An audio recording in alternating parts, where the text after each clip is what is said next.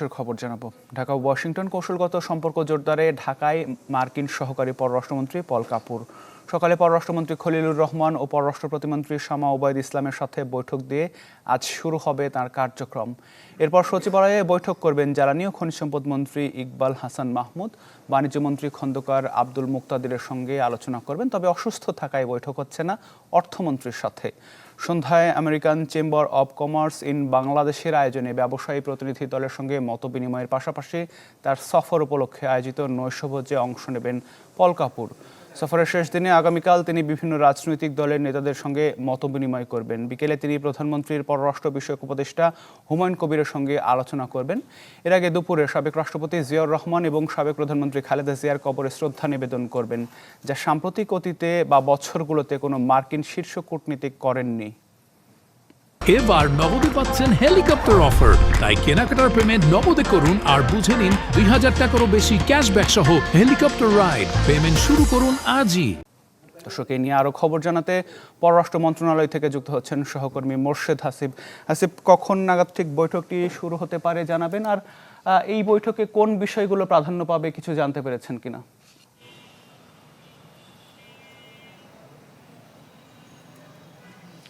জি আতিক, বৈঠকটি ইতিমধ্যে শুরু হয়েছে। আমরা জানি যে সকালে ৯:১৯টার সময় পররাষ্ট্র প্রতিমন্ত্রী শামা ওবায়দ তার সাথে বৈঠক হওয়ার কথা ছিল, তবে বৈঠকটি কিছুক্ষণ আগে শুরু হয়েছে বলে আমরা জানতে পেরেছি। কারণ বৈঠকের আগেই মার্কিন অ্যাসিস্ট্যান্ট সেক্রেটারি দক্ষিণ ও মধ্য এশিয়া বিষয়ক পল কাপুর উনি এসে পৌঁছান। পররাষ্ট্র প্রতিমন্ত্রী আগেই উপস্থিত ছিলেন। আপনি যেমনটা বলছিলেন যে পররাষ্ট্র প্রতিমন্ত্রীর সাথে প্রথম বৈঠক হবে, তারপরে পররাষ্ট্রমন্ত্রীর সাথে বৈঠকের কথা রয়েছে। একটি বিষয় জানিয়ে রাখি যে আমরা যতটুকু জানতে পেরেছি যে আমেরিকানদের তরফ থেকে কোনো ধরনের কোনো ব্রিফিং করা হবে না, যেহেতু এখন ইরান ইসরায়েল সংকট চলছে এবং যুদ্ধে তারা সরাসরি জড়িত, ফলে তাদের তরফ থেকে কোনো ধরনের কোনো কথাবার্তা হয়তো বা সাংবাদিকদের বলবে না। যদি কথাবার্তা কেউ বলে থাকে তাহলে বাংলাদেশের সাথে বাংলাদেশের বিভিন্ন মন্ত্রীদের সাথে তারা যেহেতু বৈঠক করছেন, তাদের সাথে কথা বলার কথা রয়েছে। যে বিষয়গুলো প্রাধান্য পাবে সেটা হচ্ছে নির্বাচনের মাত্র ৩ দিন আগে আমরা যুক্তরাষ্ট্রের সাথে স্বাক্ষর করেছি, অর্থাৎ এগ্রিমেন্ট অন রেসিপ্রোকাল ট্যারিফ, সেটি স্বাক্ষর করেছি। সেটি মেনে চলার যে বাধ্যবাধকতা, কিন্তু সেটি মেনে নিয়ে যুক্তরাষ্ট্র আদালতে একটি রায় দিয়েছে। সেই আদালতের প্রেক্ষিতে তাদের অবস্থান কী হবে, সেটি বাংলাদেশের জন্য বাধ্যবাধকতা আছে কি না, সেটার বিস্তারিত তুলে ধরবে। এর বাইরে যেটা রয়েছে সেটা হচ্ছে গিয়ে শিক্ষা, এর বাইরে হচ্ছে রোহিঙ্গা বিষয় নিয়ে অবশ্যই আলোচনা হবে অভিবাসন বিষয়ে। আপনি জানেন যে ডোনাল্ড ট্রাম্প অভিবাসনের সাথে বেশ কড়াকড়ি অবস্থান নিয়েছে। এরই মধ্যে প্রায় কয়েক শতাধিক বাংলাদেশিকে তাদের দেশ থেকে ফেরত পাঠিয়েছে, যারা অবৈধ এবং যাদের কোনো বৈধ কাগজপত্র নেই, সেখানে থাকা কিংবা নানা ধরনের সংকট রয়েছে। সেই প্রেক্ষাপটে আলোচনা হবে এবং পাশাপাশি কৌশলগত অবস্থান এবং ভূ রাজনীতি আলোচনা হবে। উনি দিল্লি থেকে আসছেন, এখান থেকে হয়তো তার দেশে ফেরত যাবে।